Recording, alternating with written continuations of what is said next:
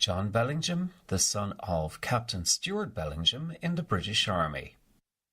He was certainly not a friend of Mary Spring Rice, and I don't think she was the sort of person that my grandmother would have approved of, because my grandmother was very West British in her outlook. And it so happened that my father was messing around in his boat in Howth Harbour on the day when the Asgard sailed in. And as you know, the Coast Guards and the Royal Irish Constabulary, I think they were they tied up or hadn't they cut the cables from the station, something like that. Communications, something like that. So anyway, but the fishermen who had been alerted, who were sympathetic to the cause, they knew all about it, and these were friends of my father, naturally. So they all joined in to make a human chain to unload the rifles from the Asgard to the party on the shore. And so my father was part of the human chain who was just handing the rifles over off the boat to the people in the land. And well, then you know the sequence. What happened? They marched into Dublin, and then there was the so-called Battle of Fairview and all that. But the strange thing is that not long before that, and the point is that I've never quite worked this out. I think my father had joined the army in 1913. I think so. And of course, I think the gun running was 1914. So he may already have been a serving officer in the British Army when he took part in the Howth gun running. Eileen Barrington, the daughter of Kathleen Boland. There was an outpost, wasn't there, of 1916 down in Fairview at Gilby's. They occupied it near the bridge of Newcomen Bridge in Ballybock there, and she was bringing them down food. And I think she hid arms in the house. She certainly hid arms in the house in the War of Independence. And she had a woman who helped her in the house who had one of these old prams, do you remember, with the 3 sections you lifted out? And she put the arms in underneath them and put the baby in on top and wheeled them off. This was during the War of Independence. Yeah. But he certainly took part. Then on my father's side, my father was in Wormwood Scrubs. My Uncle Con O'Donovan was in Dartmoor. Uncle Ned managed to escape in 1916. He was across the way in the Imperial Hotel, across from the GPO, and a priest helped him escape. So he didn't get caught in 1916. Harry Boland, the son of Gerald Boland, spoke about his father and his 2 uncles, Ned and Harry, who were all out in 1916. But they were very much involved in the actual movement. And Daddy was an engineer out in Crooksling. And he was gone out to Crooksling when McNeill cancelled the blooming thing and all that. But he made his way back in again. In the horse tram. And the horse tram used to go at that stage. And Daddy ended up in Jacobs. Yeah. And I remember when I was in UCD and we were brought to around various factories, and this guy from Jacobs was rather haughty, British accent. And I said, well, all the gang were there. And I said, oh, there was a chimney you could see from up here where there was, my father was told there was a sniper behind, and he put a bullet through it. And that quietened him, I can tell you. And they all looked at me and said, good man, Boland. Harry was in the Metropole, I think, and I think Ned was there too. Sean Bylan called after his father, who was captain of the Dunboyne Company. The whole thing about the Eastern Command area was to keep the roads to Dublin open, keep the access to Dublin open. And of course, on that famous Easter Monday, right, you had the Fairy House races and all the notoriety from the British Army and everything else. Their job was to make sure that they were curtailed there. Yeah.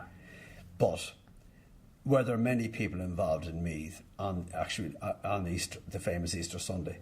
No, there weren't, because the word had come out from McNeill that the rising was off. Yeah. All right, and there was only half a dozen people who actually went to Tara, okay, on the day, Now, my dad happened to have been involved, having been there, Ashbourne, and Dublin on the day, which was a huge amount. Whereabouts in Dublin? In Dublin, and again, it was in HQ, which was in Parnell Square. All right, that's that. But any more than that, I can't tell you, Morris. Yeah. I can't tell you any more than that because he wouldn't talk about it. Detracta Maher and Sister Joanna talk about their father, William Brennan Whitmore. He was very disappointed about the outcome of it all.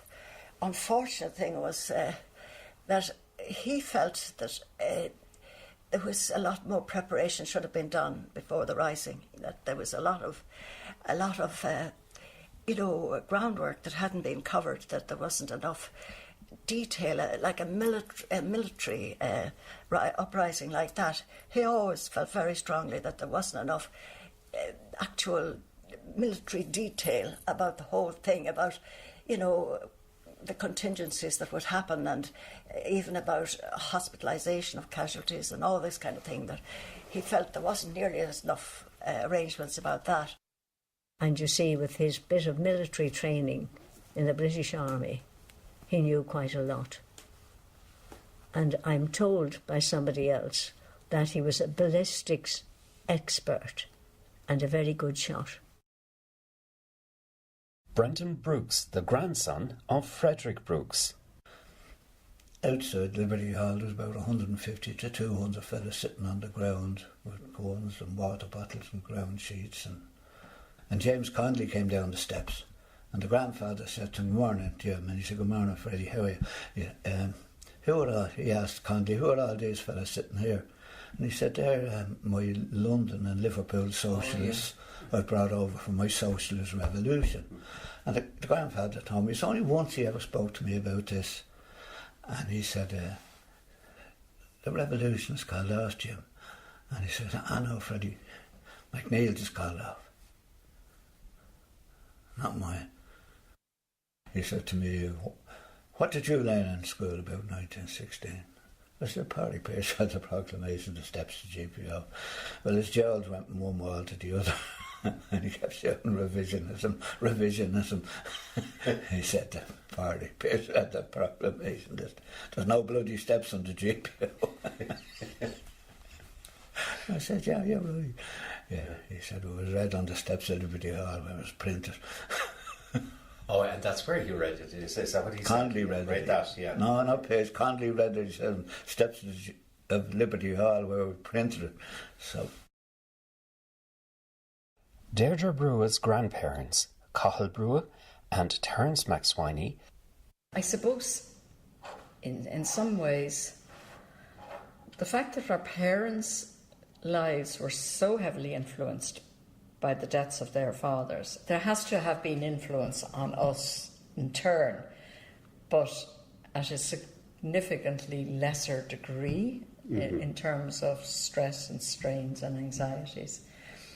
And in terms of now, my children are now adult, so they too are very proud of their heritage, but it has not affected their lives in any practical way.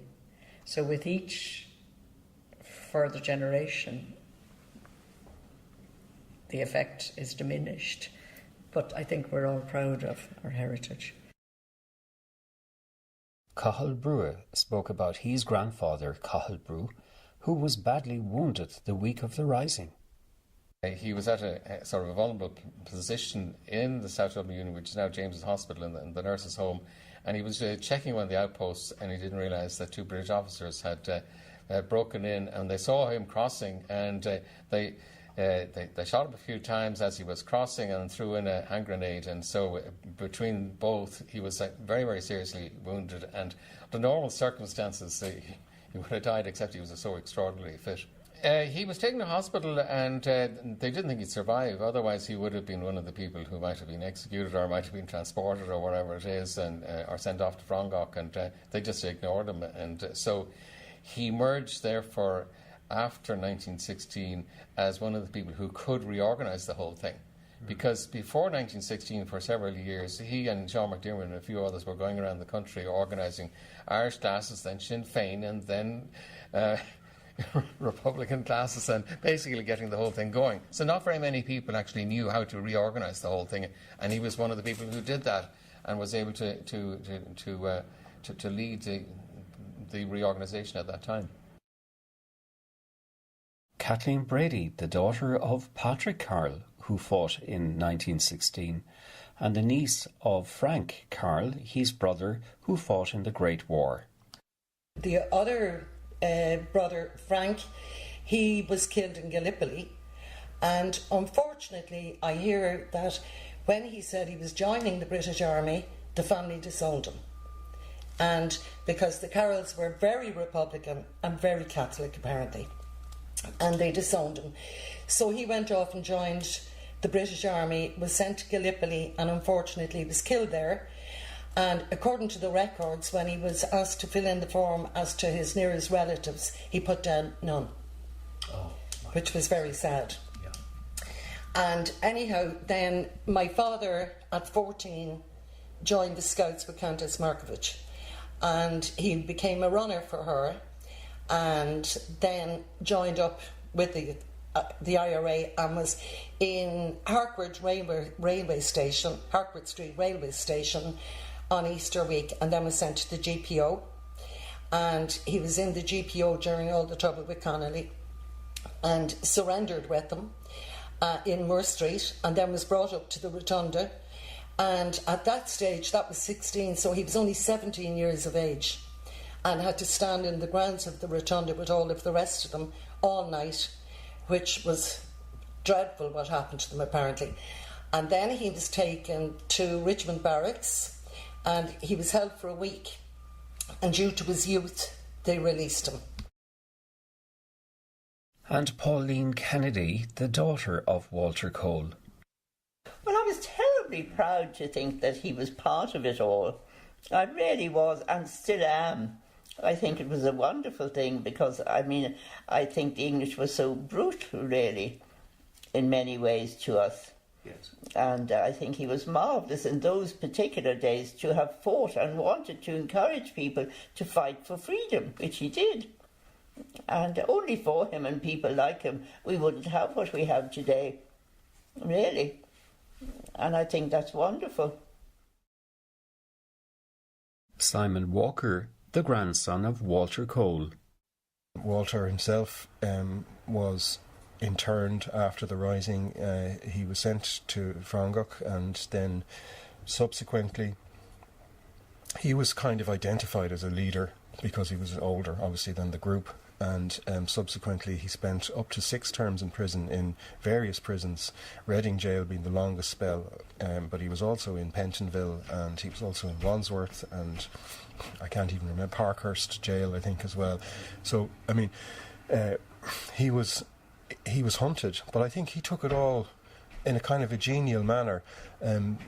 You know, himself and Darrell Figgis and Bulmer Hobson and these characters, I mean, they were jocular individuals, great for songs and stories, and I think they really had a big role to play, let's say, in the morale, in keeping up the morale of the younger guys, many of whom were barely out of their teens. You know, I have Walter's jail journals that he kept, which are essentially autograph books that are filled with the signatures of all the guys who were in a particular prison at a particular whenever the moment was. Sometimes they wrote little poems in there, sometimes there were lyrics of songs or whatever, but there's also Walter's lists, like he was like the quartermaster, so there'd be lists of new boots for so-and-so, somebody else needs a box of matches, you know, or we're buying you know, pouch of tobacco here and boot polish there. So he was kind of you know, he was like the dad when it came to time in prison. Margaret Matthews and her daughter Linda. Boland's Mills, and he was also went to the Eastern Railway. Go to the... Yeah, he was the Eastern Railway as well, but mainly Boland's Mills, and Christy O'Reilly was there as well. Yeah, that was my mother's brother. Commandant D. Colgan, death of a 1916 man. The death has occurred of Commandant Daniel Colgan of 2 Croydon Green, Marino, Dublin. In Easter week 1916, he was attached to B Company, 3rd Battalion, Old IRA, and fought at Boland's Mills. On being arrested, he was interned in Wakefield Jail, but as a result of a breakdown in health, he was released. During the Anglo-Irish War, he played a prominent part and was in charge of the accounts of the IRA during that period. He joined the National Army on its formation and was made Chief of the Payments and Accounts Department staff at GHQ. On account of his failing health, he had to retire about 6 years ago.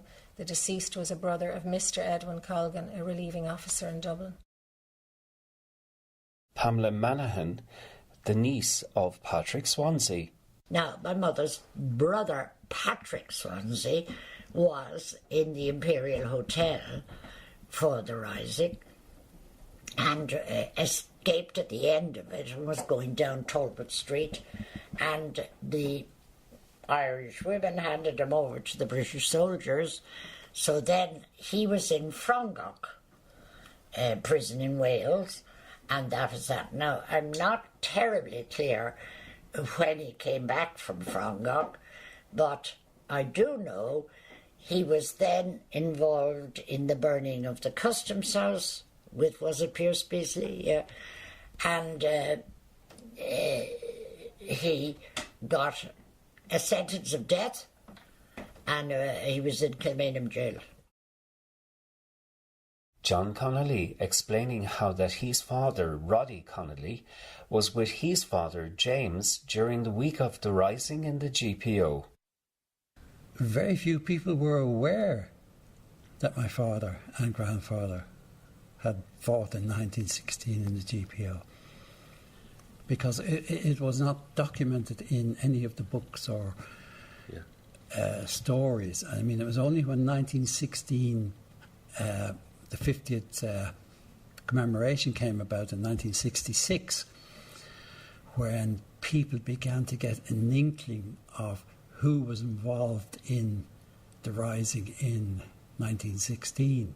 I understand my father had been sort of smuggled out earlier on in the week to keep him safe. Where to, do you know? I don't really know. Yeah. Where. The name Grange Con came up in a piece of text in some book somewhere, and they said that he had been smuggled away to the safe house in Grange Con. Liam Polian, the son of Christopher Polian. I met a man in England. I worked in England, in Dublin, England, 61, 62, and I was working for a firm called Turriffs, who was doing contract after Water Board, London Water Board. We were down about must be nearly 20 feet, and putting in a water main because the M1 was being extended in closer into London. But a little Welshman, Charlie Jones was his name. Small little man, and he was being near retiring age. He was coming up to retiring age. Now, retiring age, I think at that time was 70. But one day in the hut, it was just a remark past, I was from County Meath, and when he got me on me and he asked me, "Are you from County Meath?" "Yes." "In what part?" I said, "Dunbayne." And he says, "Did you know the workhouse?" I said, "I did, yes." Now, the workhouse would be halfway between Dunbayne and Dunshaughlin. And he says, "I was stationed there." He says, "What's your name?" So I told him. Now, I told him my name, he knew me, and when he came back to me, he said, "Was there anybody around there by that surname called the Kaiser or the Jizer or the Jazer or something like that?" "Yes," I said, "my father. He was known as the Kaiser Polian, never known as anything else. We wanted him badly." This is what he said. This is what the Welshman said to me. We wanted him badly. James Connolly Hearn, the great-grandson of James Connolly. You were saying that there's a distance, because of my lineage, there's a distance in terms of what were they like, not being able to explain what they were like. Well, within my family circle, you couldn't actually, I found, growing up that you couldn't actually discuss James Connolly with my granny, who was his daughter, because she found it so upsetting. So you were reluctant to engage in a conversation about James Connolly because you didn't want to witness this breaking down. So it told you how extraordinarily brutal the execution of her father was in terms of her memory bank, that she couldn't, even as an elderly person, couldn't discuss it without her becoming emotionally upset. And I recall when she was writing her memoirs, she wrote them in our house in Ballymun, you would hear her sobbing in the bedroom as she wrote them. It was extraordinary closeness for her, still as an elderly person, so many years later, that the brutality of the loss was still felt to that extent by her. Niamh O'Sullivan, the granddaughter of Sean Connolly. They retreated to the City Hall, and on the roof of the City Hall, my grandfather was raising the Republican flag, the green, white and gold, and he was shot by a sniper.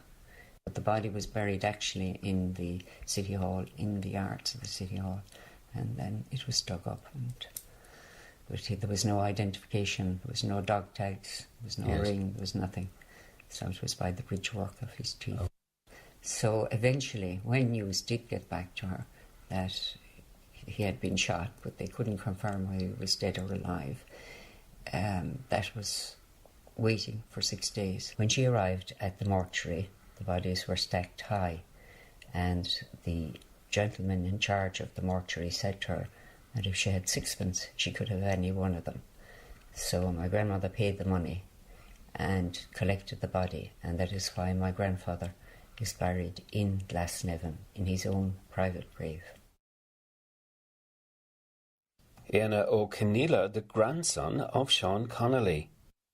They went ahead with the plan to take City Hall, and after a while they came under gunfire and sniper fire, and it was sometime during the day there was a sniper up on Bedford Tower, that's what it was, and Sean Connolly was up on the roof doing the rounds of the men and women of his group, and it did include quite a number of women. There were, as far as I remember, Helena Maloney may have been among them. She was a fellow actor with Sean in the Abbey Theatre.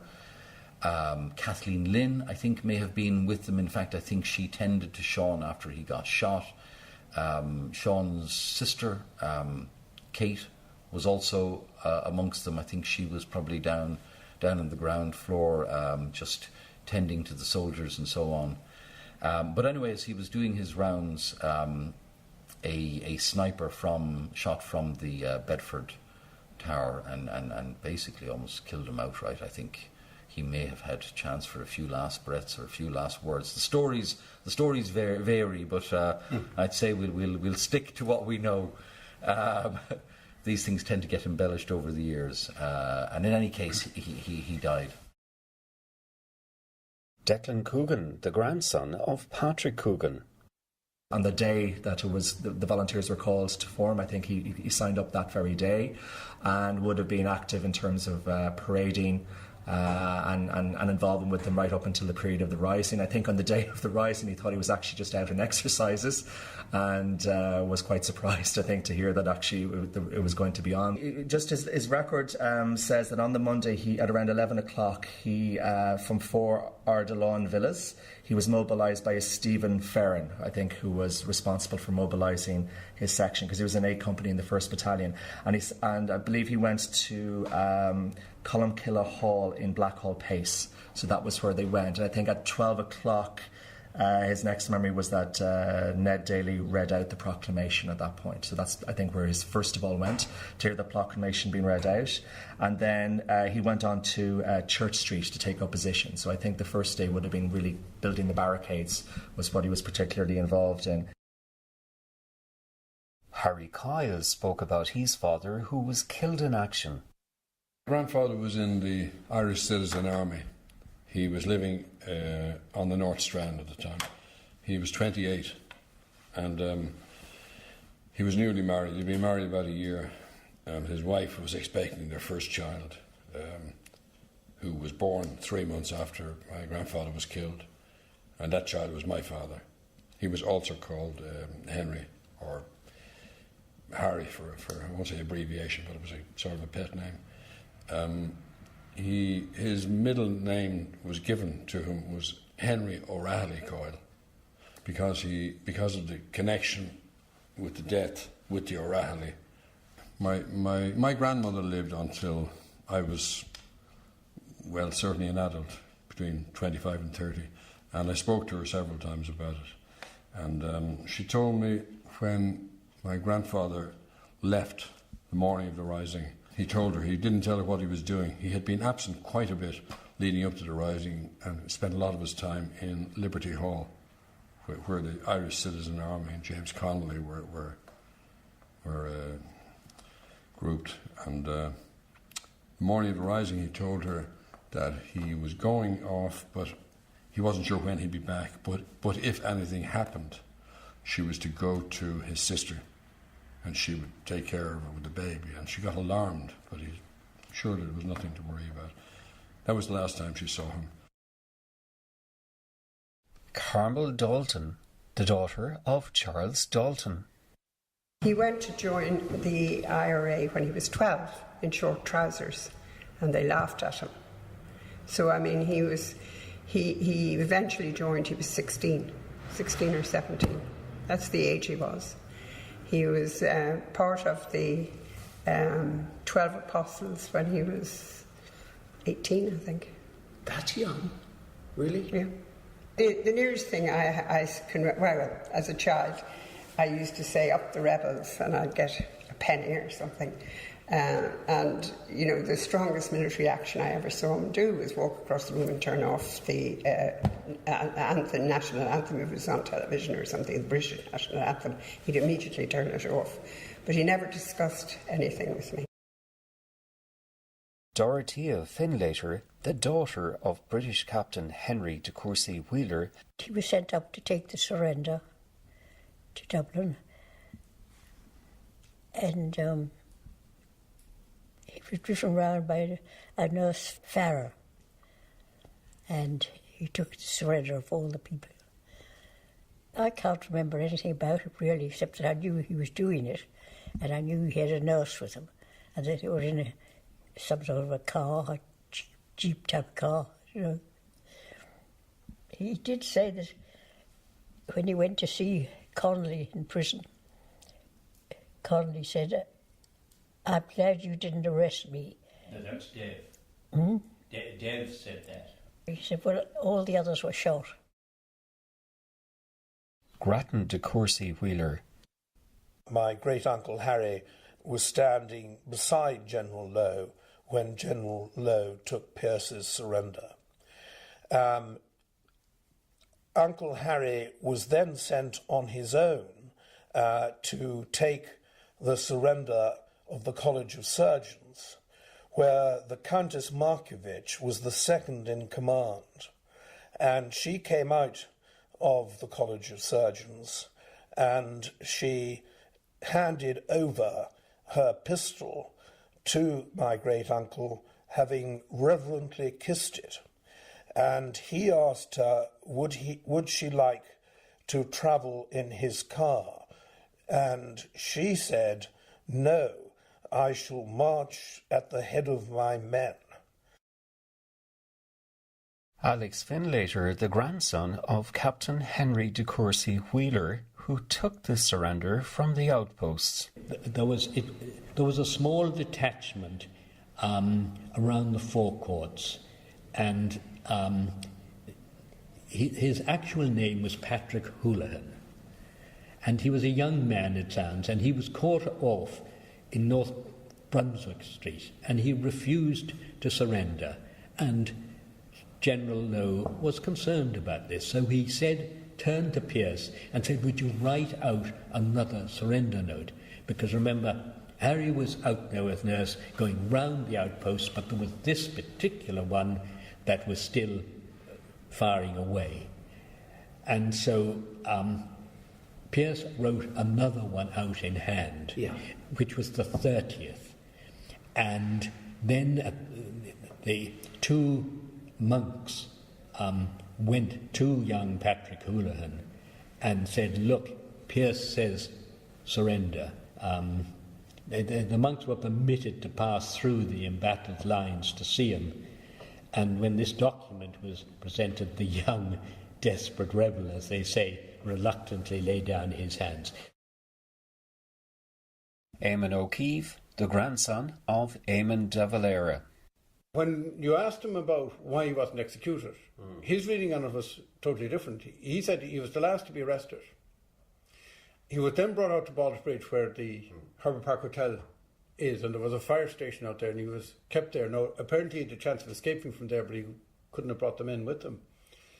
He was then brought to Richmond Barracks out in Inchcore, and by the time that they had him tried, he believed that he just was the lucky one, that there was such a delay they didn't execute any non-signatories by the time they had him ready for execution. Now, my grandmother was very interesting about that whole period, and I can remember her telling her that a priest came to the house to say that he wasn't being executed. Okay. Yes. But she thought that the priest was coming to tell her that he was executed, and she said, "Tell me quick, Father." And it was only then that she found out that in fact the news was good, not bad. So it was that immediate. Donald Donnelly, the nephew of Michael Donnelly. He became very much involved with John Devoy before the 1916 Rising. And as you know, John Devoy and Joe McGarrity, who's also from Tyrone, they were very much involved in the support and supply of money and weapons and other advice to the potential insurgents of Tom Clark and Pádraig Pearse and those. So my uncle Michael, or as we called him, Uncle Mickey, although I never met him, and Uncle Michael was a regular visitor to Ireland from America on the steamships and on the liners. He came over worked as a whatever job he got, as a butler or whatever on the liners. But his main purpose was to bring messages, which included money and maybe ensuring that whatever was on board was delivered safely. So he was a courier for John Devoy in assisting the national movement in preparation for 1916. He subsequently, not subsequently, but at that time, he used to go very regularly to Countess Markovich's house, and apparently she held a kind of you couldn't call them a soiree because it was on a Sunday morning, maybe a matinee, and they all gathered together, the Plunketts, the McDonoughs, and all those gathered together. They would have it, maybe could be 20 or 30 of them gathered, and they formed a kind of a group of very interested people. They were quite arty, and so was my Uncle Michael. Katrina Donnelly, the daughter of Sean McConnell. Lily Thulis is a cousin of my mother's, and when my father was arrested in 1928 and got 1 year imprisonment for having arms and ammunition for the IRA, my mother tried to get the IRA to remove the arms from her mother's property, and they were very reluctant to come and take it because obviously places were being watched at the time. And Lily Thulis, who is a cousin of my mother, a member of Cumann na mBan, she came on a daily basis with a case, and she broke down the guns and put them in the case and the ammunition, and every day she collected a certain amount of them and went away. And on the morning after the last collection, when she'd completed her job, the house was raided, and of course everything was gone. Right. And years later, we were out in Thulis's, out in Chapel Izzard, and I asked Lily, I said, "Lily, where did you bring the guns and ammunition from my grandmother's house?" And she looked at me and she did this, zipped her lip. Even at that time, years and years later, she would not tell where she brought the stuff.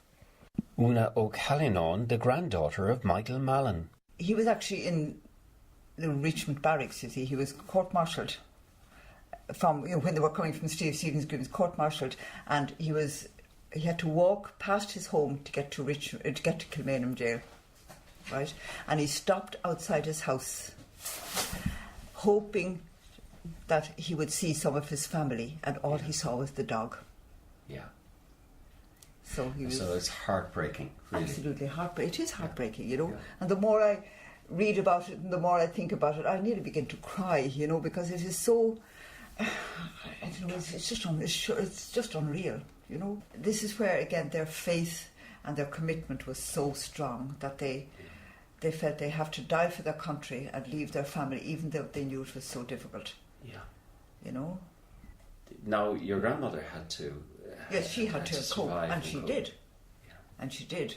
They stayed. They lived for a while in Emmett Road, and then they moved to Mount Brown. Yeah. And I think we probably stayed about 2 years in Emmett Road. You know. Garrett Fitzgerald talks about his father Desmond. First thing in 1916, he was sent by the Iraqi, whatever instructions he got for it, to McNeil in Rathfarnham to tell the rising was on, to countermand the countermanding of the countermanding order. And he borrowed the Iraqi's bicycle, tire blew up in Milltown. He used to run there to Rathfarnham, get a sidecar up to McNeil, telling things was on, encouraging McNeil to join, which he wouldn't do, but he came down to Rathgar to be nearer. And he got a tram in. My mother got tired waiting for him, went to town, saw the GPO being occupied, went back to Bottom Dawson Street. My father got off a tram, and they walked up just in time for the Declaration of Independence. My father was not a part of the regular garrison because he'd been in jail. So they put him in charge, put O'Reilly in charge of the third floor. My father was his adjutant, and that's where the food was. So his job was to organise food supplies. We just told him spread the food out for a 3-week period, so nobody got enough to eat, and they all blamed my father. He was extremely unpopular. Was he? Well, yes, no food. Yeah. Collins arrived up with his people and demanded food at the point of a gun, and he got it. Micheál Hutchins, the son of Peg Flanagan.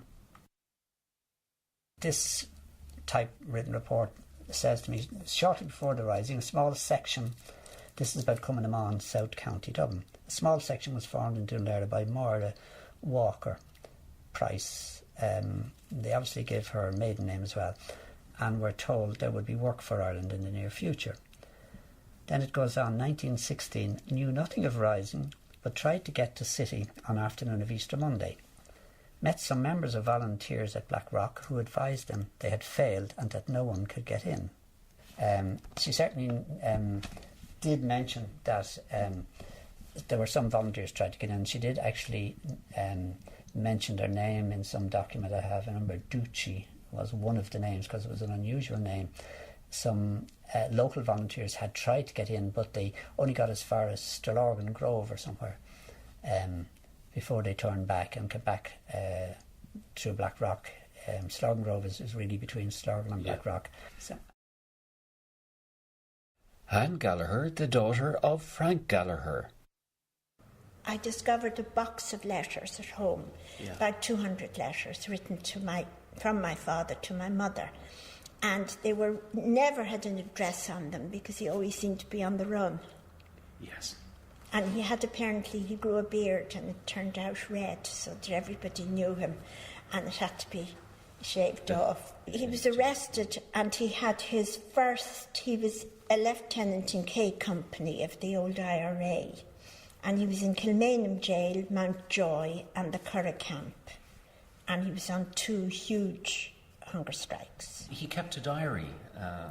Yes. A daily diary. A daily diary, and that turned into the book, Days of Fear, which Murray's printed about 1927, I think, was the first. Which was astonishing, really. I mean, yeah.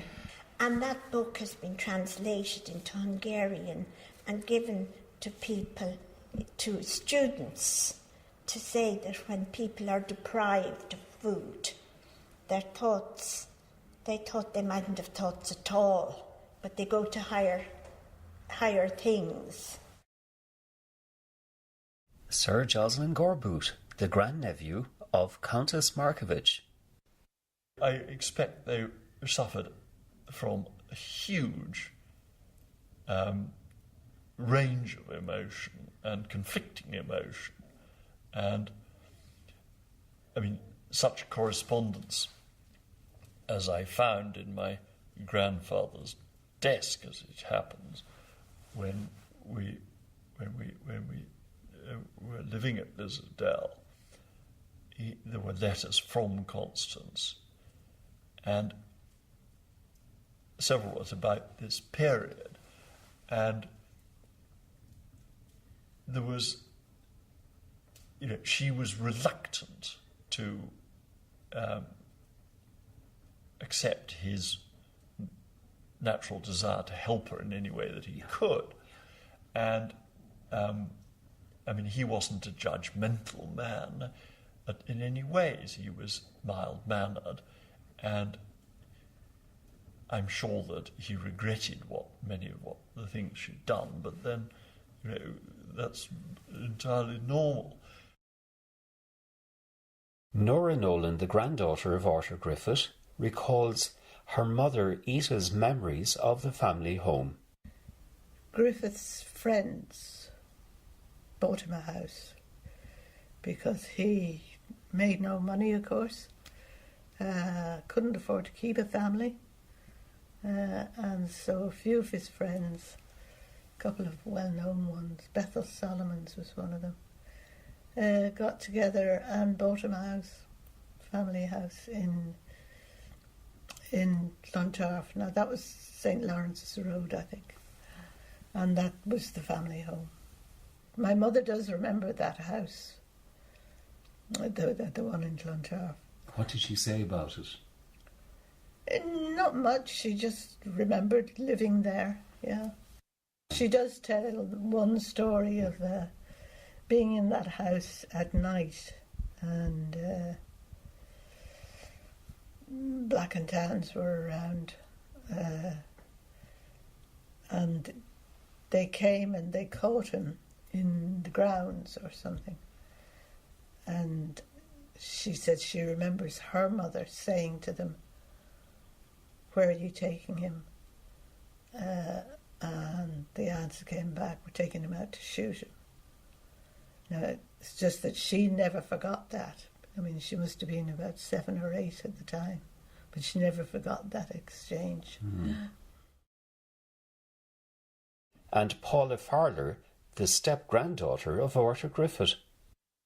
Just talking about that Nevin was a very private individual, but he would have had such a kind of huge sense of integrity and respect, But my thoughts, knowing him as I did, that some of the misrepresentations in history in relation to it's between Griffith and Collins, it's always Collins that is to the foreground, or who's foregrounded in writings, in discussions and whatever. And the fact that it, in some sources I've heard quite frequently, that it was Collins who led the treaty delegation, and it wasn't. It was Griffith who was the leader of the delegation. And also, the other thing, I suppose, another example of that would be, and I know this happens obviously in books and in film or whatever, but the film Michael Collins was the other obvious one, completely inaccurate, from historical point of view, but that even though Nevin didn't speak, a lot about his father, I know that those sort of misrepresentations or people speaking ill of his father, or people speaking ill, misinformed and lies about his father would have hurt him greatly. This recording was compiled with Joanna Harper in 1988. Well, I start by telling you that I was joined in 1917, and I was made captain of the branch of Cumnamun that I joined. And at that time we just did first aid. We were taught first aid. We had first aid classes. We had a doctor coming who gave us lectures in the blood circulation and how to do things and all. And then just after 1918, I think it was, the flu started, the big flu epidemic. And we went out and nursed people that had the flu. We went into their homes at night time because there were whole families down and nobody able to give them anything, and we made gruel and hot drinks for them and gave them, mostly in tenements, people that had nobody else to look after them. Father Anna Henderson's mother, Josephine Brennan, and his father Frank and uncle Leo were all in the GPO in 1916. My mother was a very brave woman altogether, even in later life. She'd do anything, she's very daring. And I got this out of her myself. She paid a visit to the GPO on Easter Tuesday. So on I went. And how did you get there, Mother? Oh, I just went down, she said. And so up she went, running, as usual, up Mary Street, running all the time. Shots, did you not see it? Yeah, I heard the shots. Yeah, she kept going all the way up to the GPO and knocked at the door and got in. And what happened then? Well, Dad came down, and Dad wasn't Dad this time because they weren't even married. Yeah. But he came down to see that would have been Easter Monday or Tuesday. Yeah. And they were breaking holes in the wall from the GPO down to Arnott. Yeah. And that was where my father was in charge. My father, with his brother Leo, they were in charge of that portion.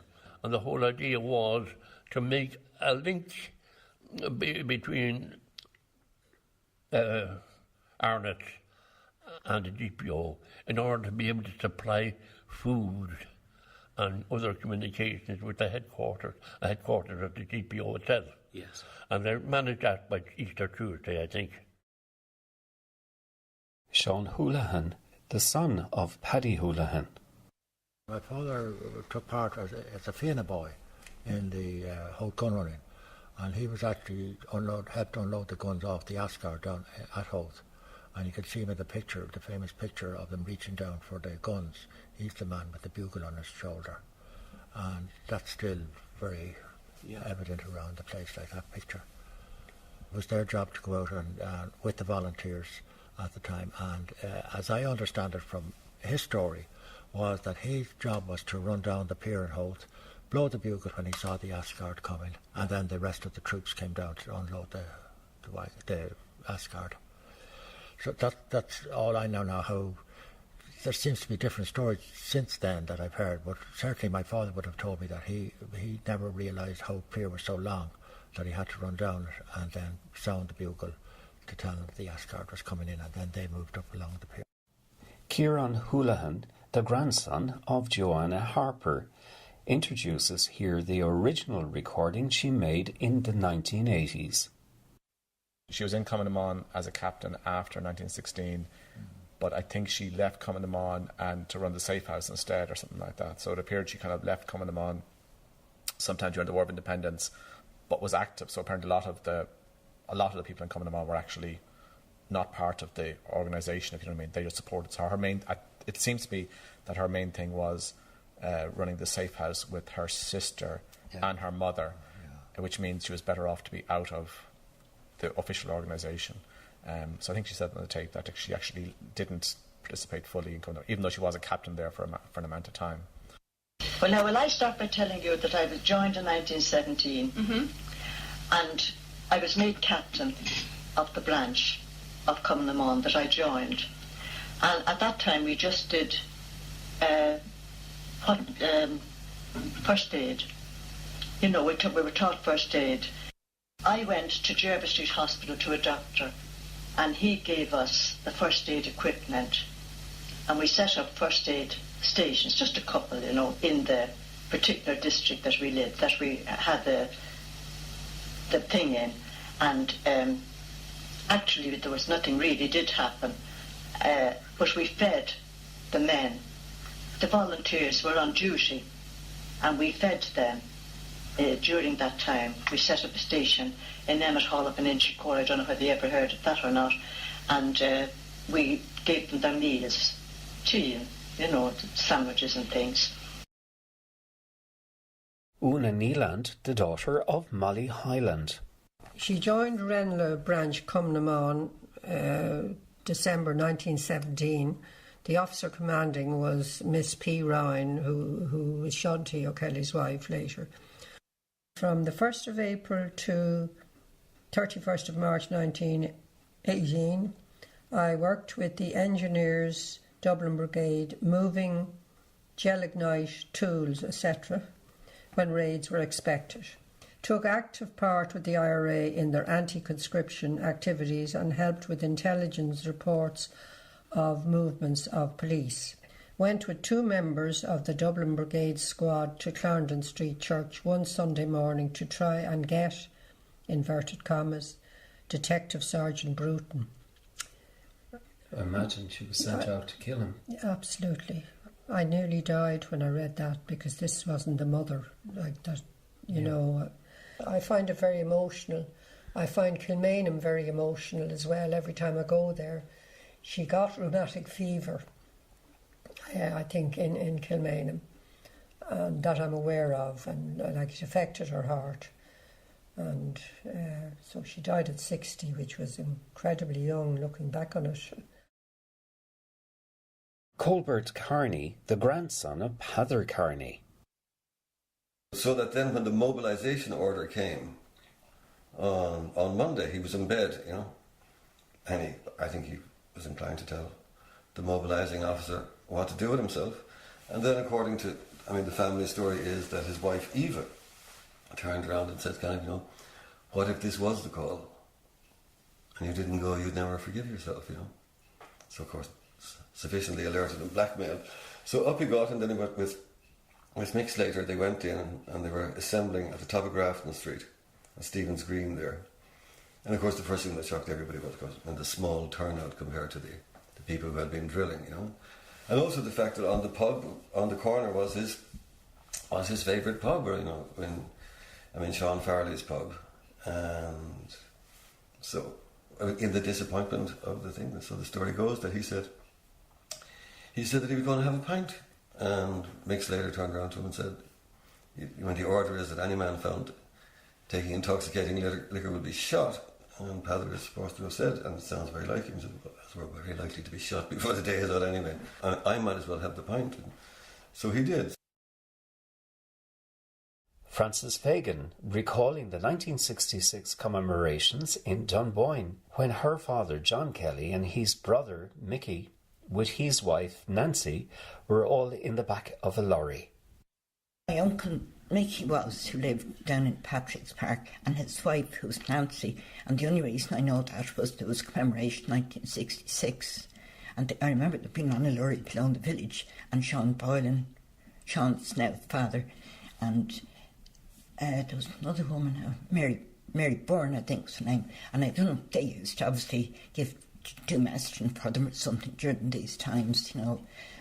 There were three sons and one daughter, and I think it was only my uncle Mickey, had to call him, and my father who were involved in it. I remember them saying that when it finished up, it could have been made a brigadier or something, but he didn't want any of that fuss. Sheila Carden, whose grandfather was Alderman Tom Kelly. They would never talk about him because of what happened to him in Wormwood Scrubs, and because he had lost his reason.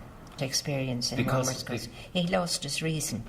He was suffering from, he had a very serious nervous breakdown, and they always drew as much as possible a veil over that period, but in fact it wrecked his life. He was a man who could have gone anywhere, and at that stage, of course, they were trying to rebuild the city after the rising, and that impinged quite a lot on what he was trying to do in the corporation as a member of the Housing Committee. And at that stage, he was chairman of the Housing Committee, so he had a very heavy load to carry, trying to rebuild O'Connell Street and the environs.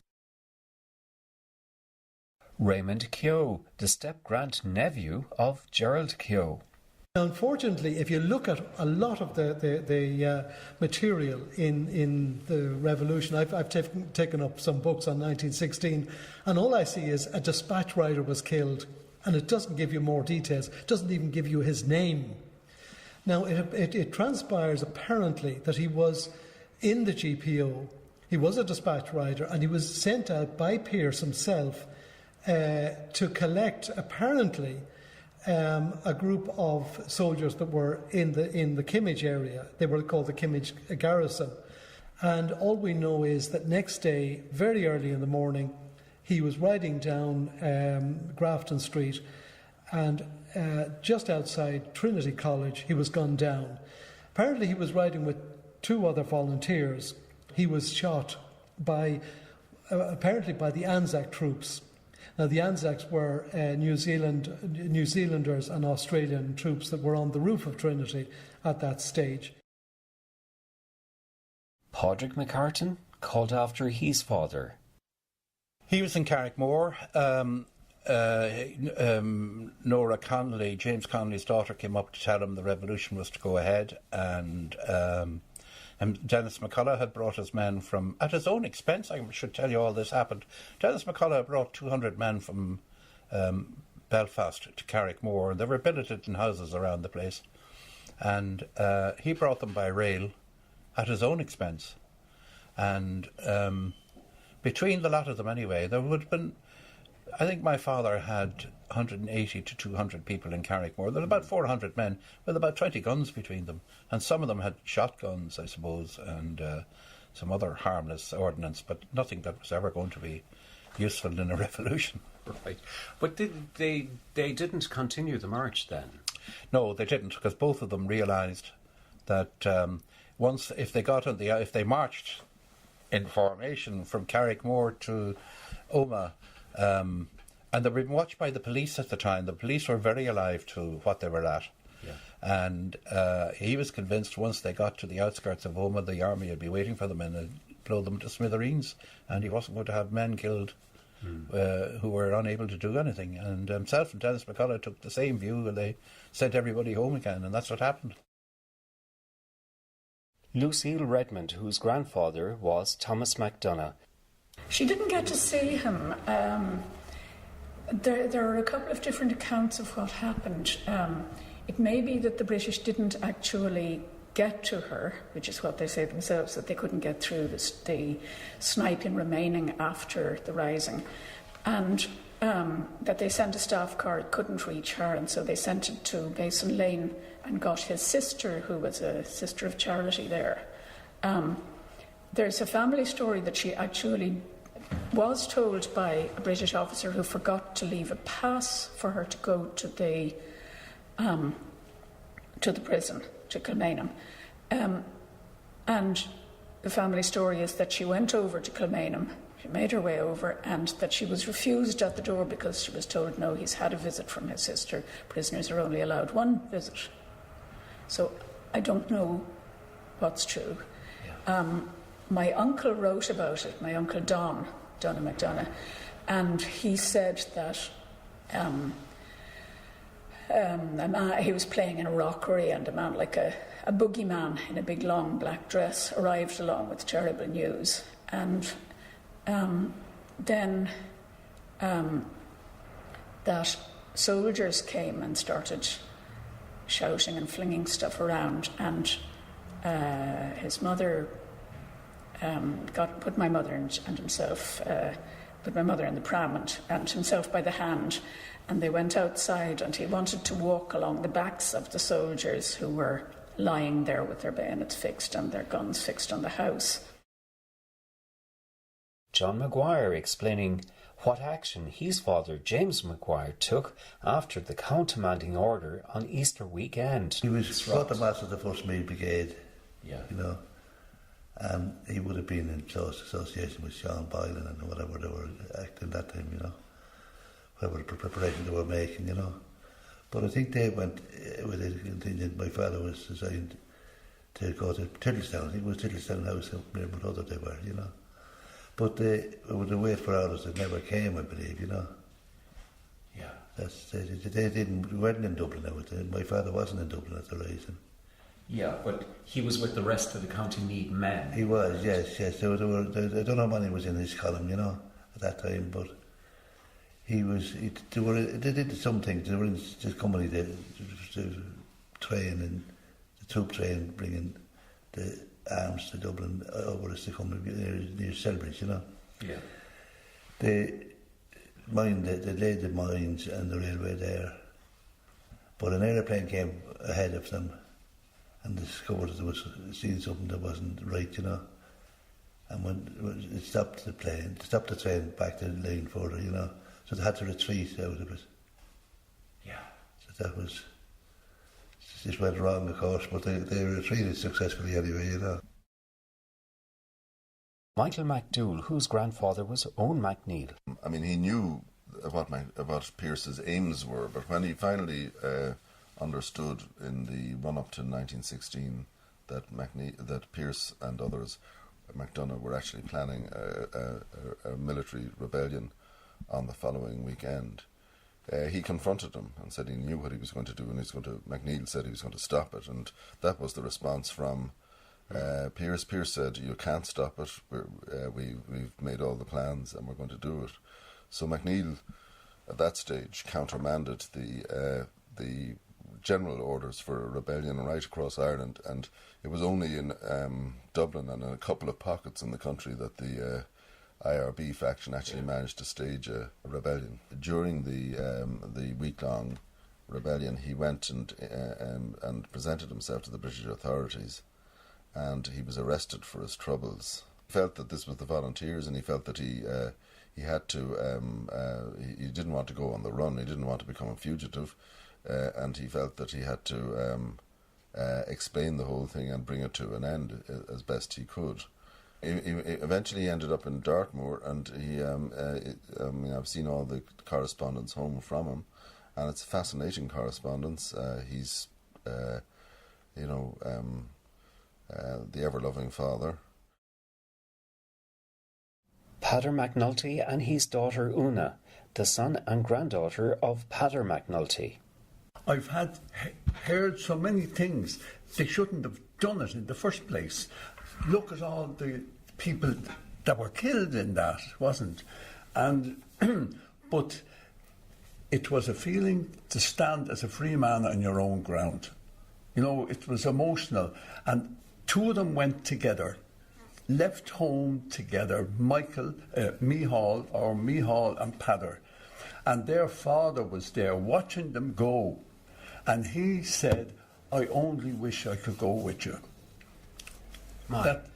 Obviously the family, it was the whole culture or atmosphere in the family that wanted to take the chance. It's interesting in that Mihal was the younger brother, but he joined the Irish Volunteers first. Mihal joined in the Rotunda in 1913. Pater didn't join until August 1914. Pater's first day of action was the Howth gun running. He went out and took part in the Howth gun running. He went out the Howth. Mihal stayed behind and stood guard at their headquarters in Dawson Street. And so Mihal, the younger brother, joined before Pater, which I think is interesting. Maura Brewer talks about her mother, Muriel Murphy's marriage to Terence McSweeney. My father was, at that time, in sort of open prison in Wales. And my mother went over. He was not in a prison, he was in he was in confinement. And my mother went over to marry him after her 25th birthday, I presume the day after. And she had Geraldine Neeson, her bridesmaid, and my father had General Mulcahy, Richard Mulcahy, who went with the treaty afterwards. Etna Mallon, the granddaughter of John Mallon, and also the granddaughter of Gerald Byrne. When I was 6 in school for the 50th celebration, the nuns, and I went to school in the Dominican convent in Ballyfermot, and even there we celebrated the 50-year anniversary of 1916, and we as 3 Malin girls were brought out. I can't tell you that I understood why, other than that my name was Malin. So to say that we understood, no, but we knew it was important. Yes. And we knew it was because of my father's side of the family. But my grandfather, Gary Byrne, he's known as Gary, but it's Gerald Byrne, certainly was based in Meath, but in his witness statement, which is a really lovely, he was based in Meath for, in the 4th Battalion, but he's actually from Dublin, from Crumlin. Yeah. But at the time, he married and lived in Crumlin, but I think they lived around Larkfield. But what was really interesting about the Byrnes is that 3 brothers and 3 sisters were involved in the rising. So Gary, who's my grandfather, George and William, who were his 2 brothers, were all IRB members, and the 3 women. And I think it's. I recently got a look at the Cumann membership, and noticed that there was the Aunt May Doyle that we used to hear about, and an Aunt Winnie, who was Winnie Byrne, and Kathleen Byrne, and they're like 6 members of the one family involved in the rising. So, and the stories that were being told amongst the family when we actually met as part of the gathering, the Byrne family met, were stories around the women who stashed the bullets and grenades in bedposts and and in flower beds in the back garden, and there being raids on the house, but they kind of managed to protect the ammunition. Father Joseph Malin, now the only remaining son of an executed prisoner of 1916. My father defended himself, all right, I think he said he did. And he said they were on a route march. And I put it to you that it's a terrible case for conscience there. He did terrible, leaving my mother in the state she was a thing he couldn't bear. So this is partly speculation on my mind. What should he do? He knew that the Countess would not be executed, because that was a very short time after the Nurse Cavell. Now, the English couldn't shoot her then. So he decided that he was taken like a man. But I don't think that's true, he said. What should he do now? Save his wife from what's going to happen to her. I'm here in Foxrock in Dublin, and I'm talking to Una O'Callaghan. Correct. And I'm talking to you about your grandfather, Michael Malin. And does that bear much weight, being the granddaughter of yes, an executed prisoner? It certainly does. But up to 1966, we heard very little about him, because my father never spoke about him. I think he was very traumatized, because he was 12 when his father was executed, and he had been rather close to his father. And I do remember my mother saying to him, "Look, why don't you put a lot of this down on paper?" And he said, no. But coming to the 25th anniversary, in 1966, he began to write for the Inu magazine. Yes. And every month, and that's when my interest was really aroused, if you like, because up to that we had a happy childhood, and he didn't want to spoil it, I think. We knew my father had been executed, but, went in there and out there, I think, Dave Kenny, the great-grandnephew of Maura Ní Sheelig. Maura went up on the roof to bring up some chocolate gloop to one of to the men up on the roof. There were snipers on the roof, and she handed a thing of hot chocolate to one of the snipers, and he handed her his rifle. I presume it was a Lee Enfield, just to hold. I think automatically just handed it to her, and she lifted it up, and she raised it over the parapet, and she let off a shot into the air, very specifically into the air. She didn't aim down, she aimed, and he said, "Jesus, Maura, what are you doing? We need the bullets, and you shouldn't be wasting bullets. At least hit somebody if you're going to shoot, And she said, no, she said, look, I've always wanted to fire a shot in our Irish Revolution, and I've just done it, but I never wanted to kill anybody.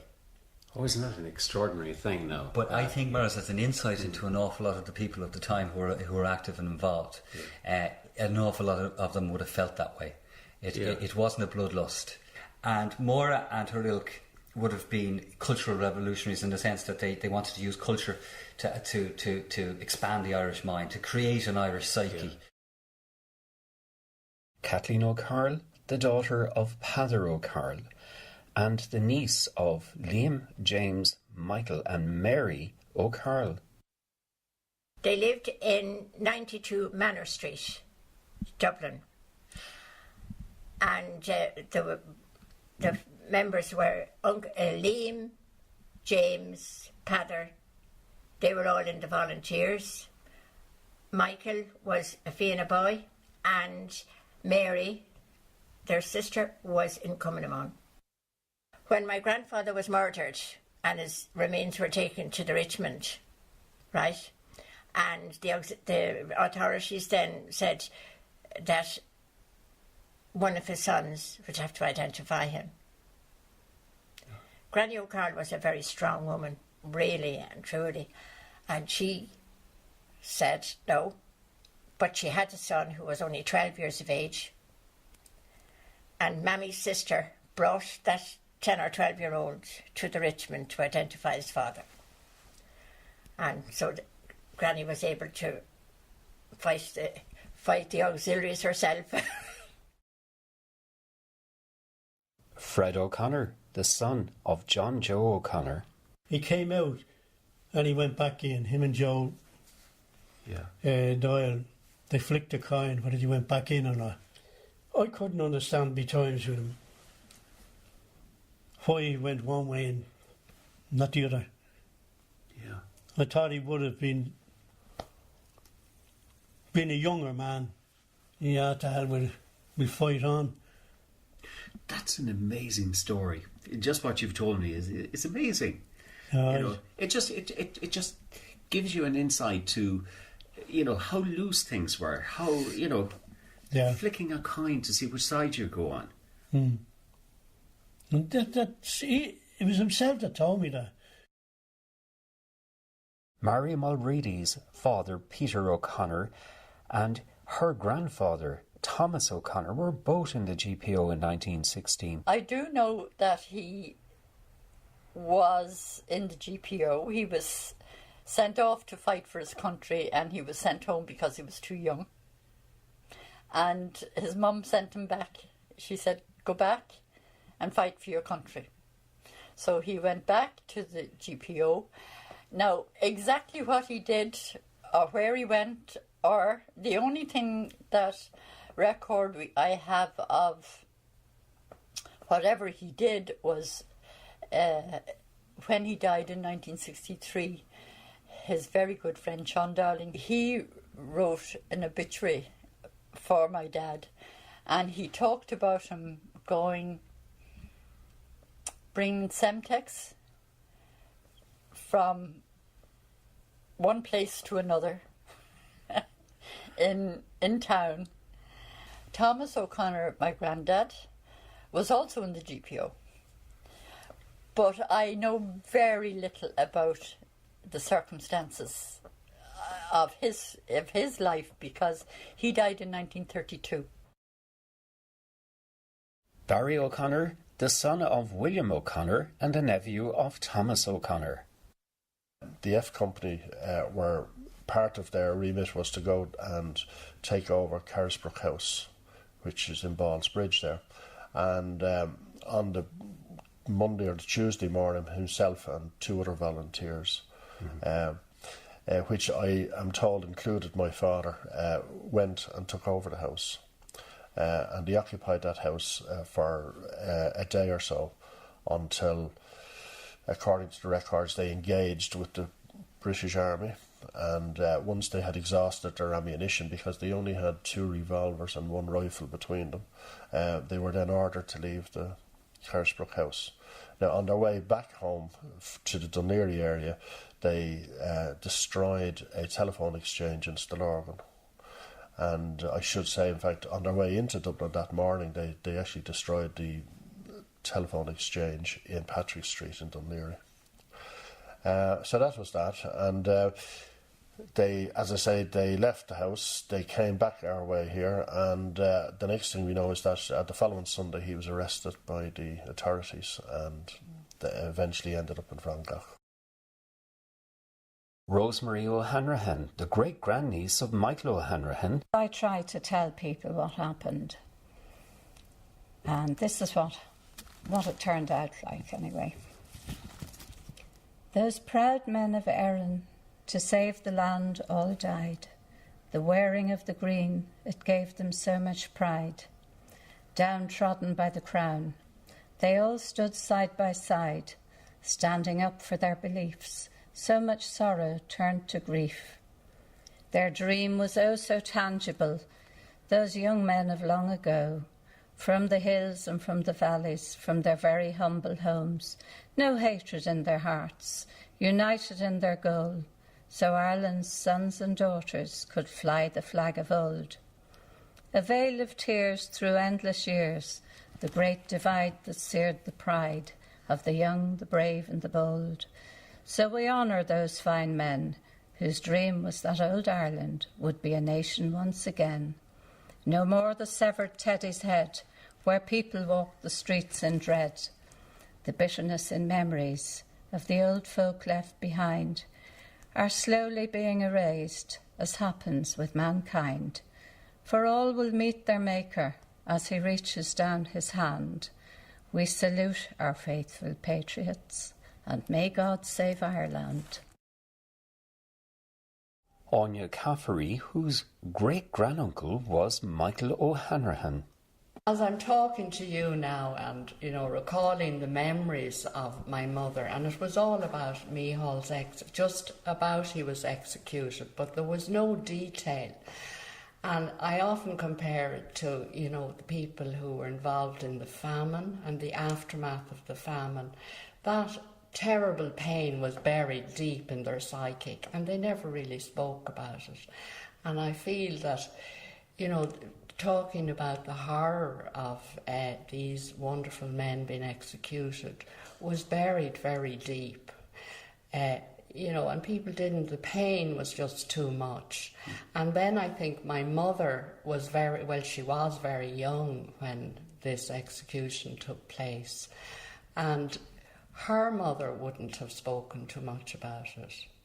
And often when they were raided by the Black and Tans, she said her mother would sing and whistle and try and keep them all very happy, and she obviously was terrified. But I think in those days, children were protected from a lot of pain. I asked Sister Kevin O'Higgins if the shooting of her grandfather had an influence on her father Kevin O'Higgins's life. Yes, because his mother, we always called her Grandma Higgins, his mother had a most wonderful spirit of forgiveness. And the day after, or maybe 2 days after the shooting, they did a little parade, could have been 4 or 5 men at the most, and she gave a little jerk when, we'd call him Mr. X, came in the parade. They said, "That's the man." And Grandma said, "He has a wife and children. I'm not giving evidence." Iseult O'Malley talks about Kevin O'Higgins, her grandfather, and the effect of the wounds of the Civil War. And you could say, well, it was a civil war and bad things happened in civil war and terrible things were done by both sides. But there's no doubt that each side from the civil war came away bearing very bitter memories that took a very, very long time to heal, and perhaps that haven't healed entirely even at this stage. I remember in 1977 my mother stood as a candidate in the general election. 2 occasions, I was only 13, men coming up to me in the street saying I should be ashamed to carry that name, O'Higgins. and they felt as strongly about the events of the 20s as if it had been that year. Things take a long time to heal. Charles O'Mara, the nephew of John James O'Grady. John James O'Grady was stationed in Jacob's factory. And from the account that I've read, and from the account from the family, there was a patrol of them. He was a great cyclist. They went out on their bikes to try and relieve the situation in Boland's Mills because of the Battle Mount Street Bridge. And they couldn't get to Boland's Mills, so they had to return. And they were cycling across the top of Stephen's Green to go down into York Street to get back to Jacobs, and they were fired on from the top of Grafton Street, and John James was hit twice. Continued on with the support of his pals on the bikes, and he collapsed in Jacobs. And they brought him into the Adelaide Hospital. He died 4 hours later.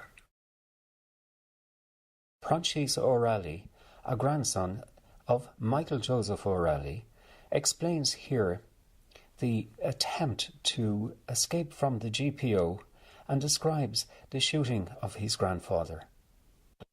Francis O'Reilly, the grandson of Michael Joseph O'Reilly. He also gave instructions that any prisoners that were taken were to be looked after, and I mean with care and with some sort of decency. And I found this very, very hurtful after he was shot, because it was the British that wouldn't let anybody near his body as he lay wounded fatally. And he lay there for 2 days, and they took his ring and his watch.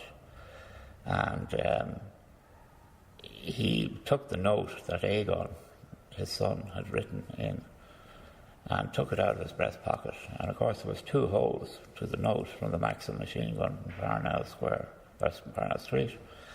And he opened it up and he wrote this note, dying. And the blood was flowing down his hand at the stage when he was writing it, as he lay against his door. And he just folded the note, and he managed. I think he put it back in his pocket, as far as I remember now. But before he eventually died, and I have an eyewitness report here, which I'll give you, of what happened on the charge up the street.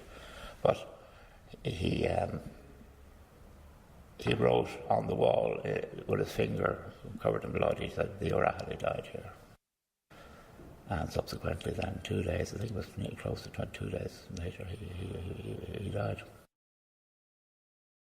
Constance Cowley, the daughter of Molly O'Reilly. Everything was in place then for Palm Sunday, and I think she wore a long skirt and a white blouse with a sash. And it was a big affair because they had buglers, and it was all James Connolly was in Bedford Road, where, you know, on the ground there, just near the railway bridge, and he presented my mum with the green flag with the harp. It was the old Irish flag, and she went from there and up on the roof, and they had to help her up. They had to lift her up to get at the rope or the lanyard, whatever it was, to hoist the flag. And there was a lot of people there. I think there was over thousands there for the ceremony, you know. So it was really a declaration that Liberty Hall was free of British imperialism. I'm here in Ballybrack and I'm talking to Liam Apollyon. Were they all involved, your family? No. It was only my father. Tell me about the Battle of Ashbourne and the leading Were they supposed to come down and help? This is your father, Christopher, now. Well, they were supposed to they were supposed to meet up with the men from, as far as I understand now, from Maynooth, and to either disrupt the railway lines and so on in the event of reinforcements coming in from the Curragh. But because of the countermanding orders, something that fell through or something like that, you know. But, well, Ashbourne would have been a good bit away from Dunbayne. Stephanie Dardis was very surprised when she only recently found out about her father's movements in the 1916 to 17 period. I was amazed. I was amazed by what he did. Yeah, he was, it says here, I've known Stephen Pollard since before 1916 and remember him deserting from the British Army at that time and taking his rifle with him. He fought at the Four Courts area in 1916. After the surrender, he escaped, but was subsequently arrested at the munitions factory in Parkgate Street, where he was working under the name of Tom Stevens. He was sentenced to a term of imprisonment in December 1916 and released in August 1917 when he joined E Company 1st Battalion. And he was actually, after he was arrested under the name of Tom Stevens, he was sent to Blackpool, to prison in Blackpool. And it was under what they called open arrest. Again, this is all the detail from here. And the reason he wasn't shot as a deserter was because at that time the British Army were rounding up the deserters to send them as fodder to the trenches of France, because that's what they were needed for, extra manpower there. I'm here in Malahide and I'm talking to Brian Roach. Brian, your father's name was William. William Peter, that's right. So he left home. At the time, he was born in 1892, so he left home, assumed his mother's maiden name, which was O'Brien, and he went off and got himself a job in a military barracks in Tenby in South Wales, and he was there all during most of 1915, and shortly after Christmas in 1915 he came over to Ireland. Now I don't know whether there was communications, whether they were told to come over here or what, but he came over and he went and got a job in the Curragh, in the army, and he was there till coming up to Easter. He left there, and they were obviously told to assemble. He was in the Kimmage garrison in Larkhill. That was there was an old mill there. Count Plunkett, he had the place leased, and his two sons now, George was the one in charge, and Jack. And Jack, that's right, yeah. And they were there now. Michael Collins was one that came over. There's a list. There's something there about the Kimmage garrison. Yeah. And some of them that came over, they had relations or friends that they stayed with in Dublin, but those that he didn't want to go because of he had relations down in Emerald Street of Seville Place, but he didn't want to involve them. Michelin Sheehy Skeffington, the granddaughter of Francis and Hannah Sheehy Skeffington. And the rising broke out, and they both went into town. And a story has it that Hannah went into the GPO to see how she could help. She was a non-combatant, she was a pacifist, but she still went in to see how she could help.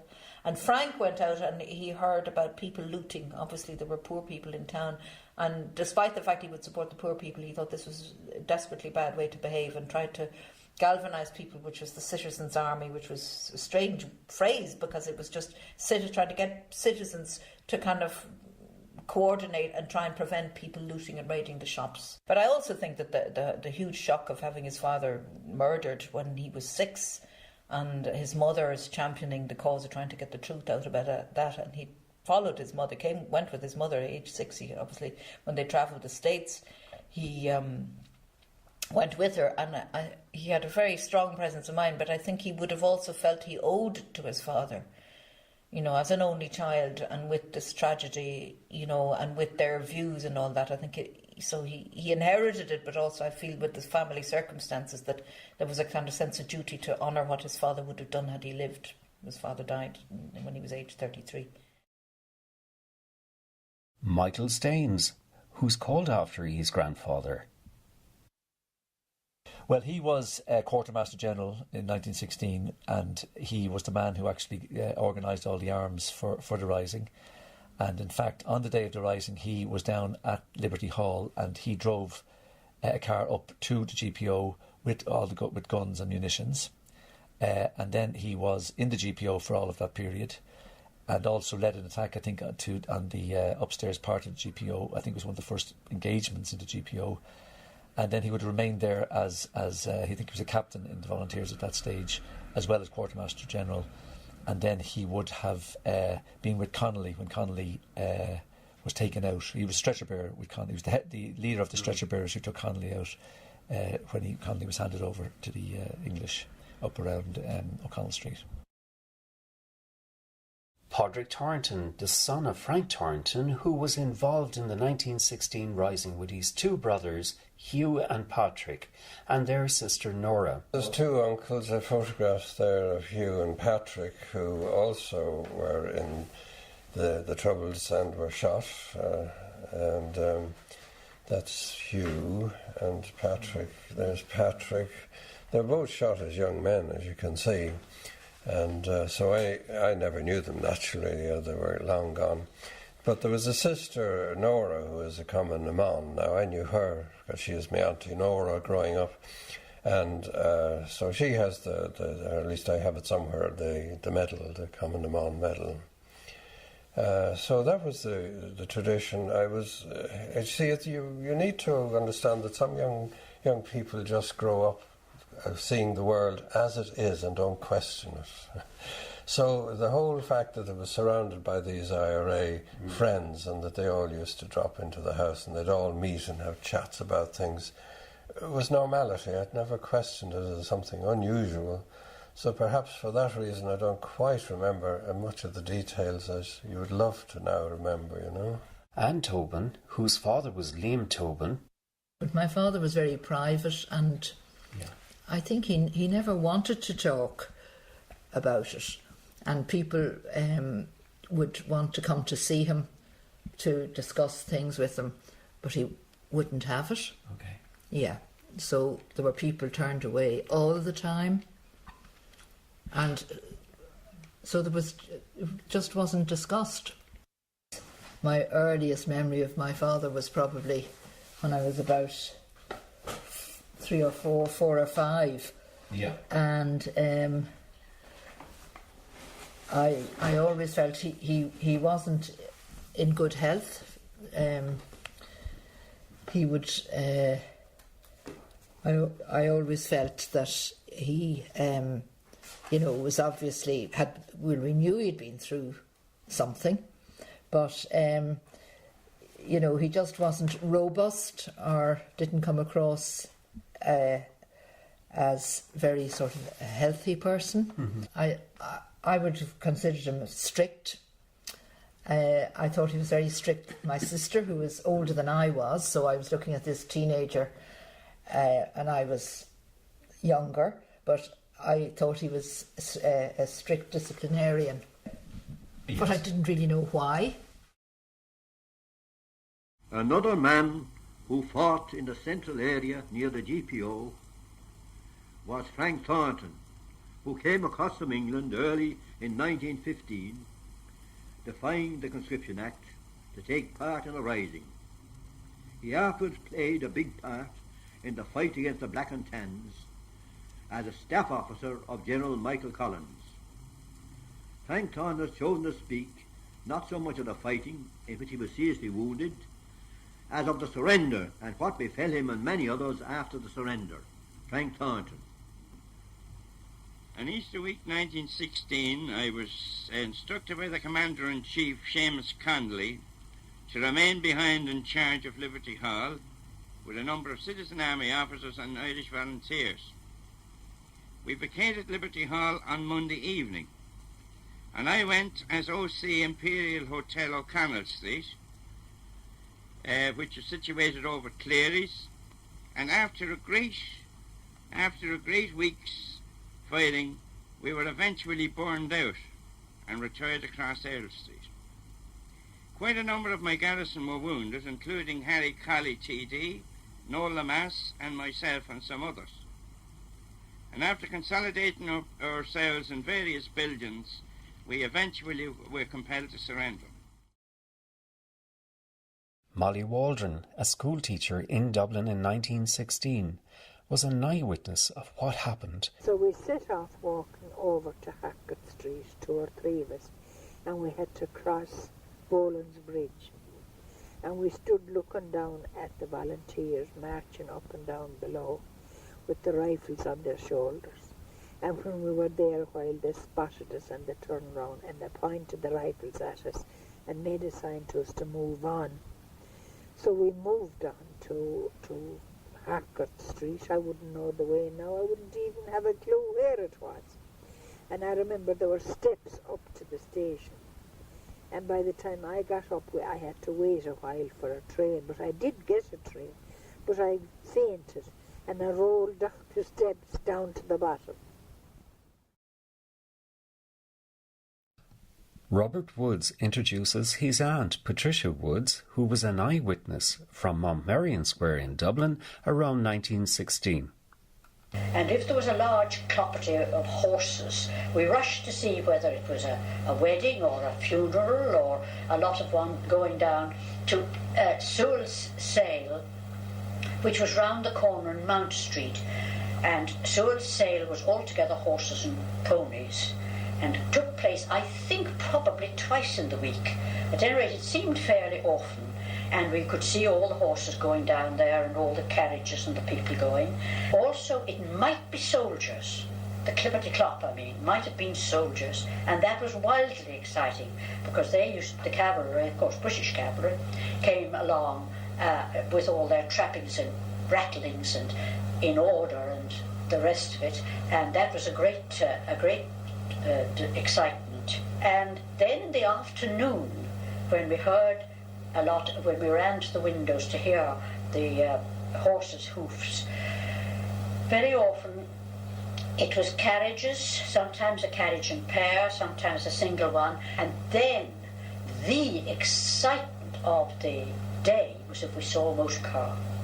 Robert Woods, the nephew of Molly Woods, reads from a letter she wrote on Easter week 1916.